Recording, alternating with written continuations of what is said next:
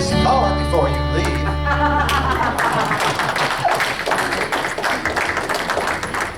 Got one more, no? Yeah. You know, back in the early days of this country, there were key people in the village, and probably the most important person was the blacksmith, kept everything going. And this is a song about his partner. And partner was the person that put the metal in the fire with a long pair of tongs that were called a pig's foot because the gripper on them looked like the foot of a pig. So they called it pig's foot. So he would say, take the piece of metal and shove that pig's foot into the fire. And then he'd pump it up and get it hot and bring it out. And then he'd work it again and then he'd say, shove that pig's foot into the fire. And this song is in honor of that second fiddle type of blacksmith helper.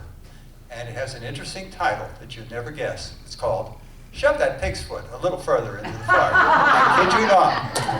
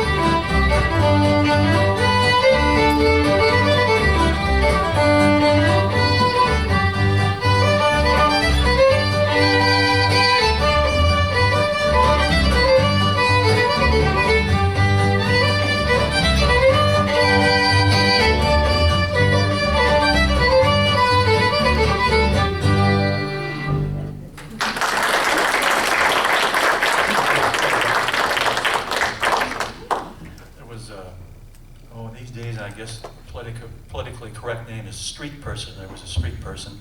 When I was a kid, we called them bums. I don't know what changed, but there was a street person, and he was a mess. He reeked of stale alcohol and tobacco and body odor. He had lipstick all over his shirt collar. He had a gin bottle in his coat pocket, and he was sitting on a city bus reading a newspaper. And a priest got on the bus and sat down beside him, and the priest kind of looked at him. The guy looked up and saw who was there, and he said, "Father, tell me, how does one get arthritis?" And the priest says, "I'll tell you exactly how one gets arthritis. From not bathing frequently, from excesses of alcohol and tobacco, and from cavorting with women of the street." He said, "I'll be darned," and he went back to his paper.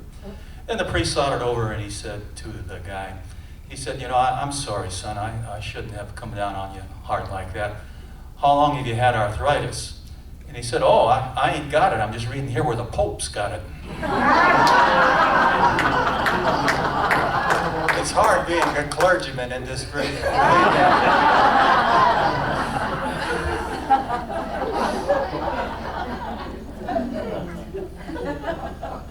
Okay, this next song is one of the oldest songs known in the English-speaking world. And it's been played as a jig and a reel. It's sent soldiers off to war. It's welcomed them home. Al Gore's father even has a band. You can look it up on the internet, and they play this song. He had a old-time music band in Tennessee, and they played this song. My favorite story concerns the Cherokee Indians. And you know, we're on their land right now. And when they were banished to Oklahoma, they still served in our Civil War. Many people don't know that, but many Cherokee Indians served in our Civil War. And this song was used to honor them when they came home, whether they came home in a casket or they came back alive. They used this song in honor of them. And whenever there were Civil War soldiers, Indian soldiers, and they had a band and they were coming into a room, and these soldiers would come in, these veterans, the band would stop and they would play Soldier's Joy in their honor till there were no more left. We hope you enjoy this. Every fiddler's got some version of Soldier's Joy. This is ours.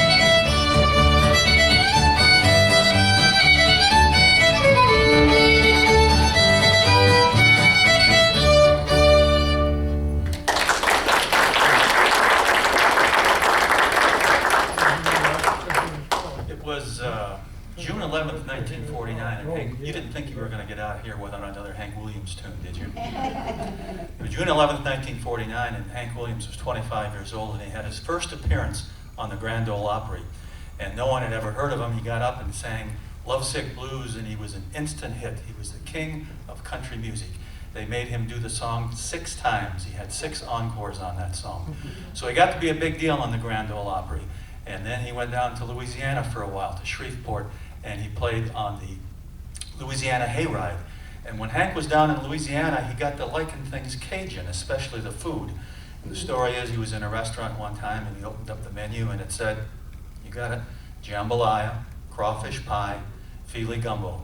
So I know how many Hank Williams fans are out here. We're going to play it first, get us in the mood, and then we're all going to sing it together. And I want to see a lot of yaps moving, please. Okay, it's going to come in on 3. 1, 2, 3, 4, 1, 2.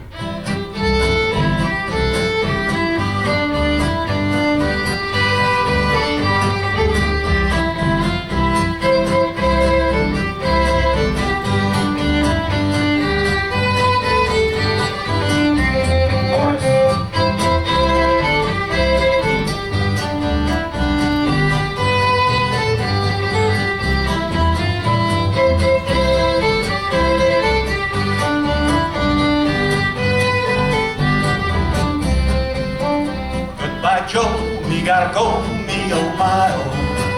Me gotta go, pour the Puro down the bio. My Yvonne, sweetest one, me oh my oh. Son of a gun, we'll have big fun on the bio. Jambalaya, crawfish pie, feely gumbo. 'Cause tonight I'm gonna see Mama Sharamio. Big guitar, fills the jar, and the gay-o. Son of a gun, we'll have big fun on the bio.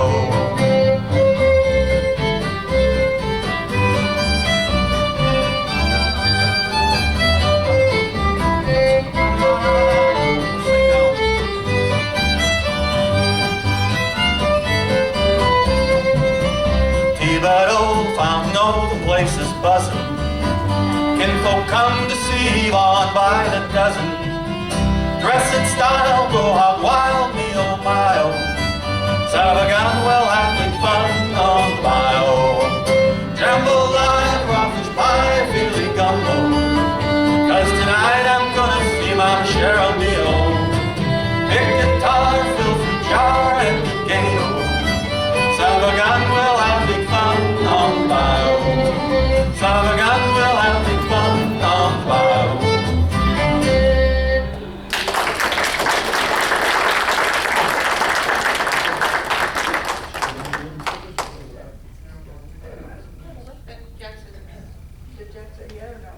Let's do Golden Slippers.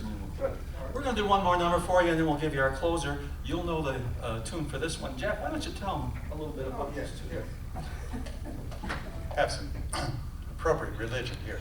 I was making a call on a person in my church, an elderly person, a lady, and I noticed that she was wearing beautiful golden slippers, gold-colored slippers. I commented on it and said, beautiful, beautiful. And she said, fine. She said, I'm getting ready, I'm getting old, you know, and pretty soon I'm going to be with the Lord. And I said, that's nice. And she said, and that's what it says in the Bible I should do. I said, oh, really? Would you like to talk about it and explain? She said, yes, because streets of gold are in heaven, and I would not want to be out of style. It just goes together. So I said, fine, golden slippers. And it's a good song, too, isn't it?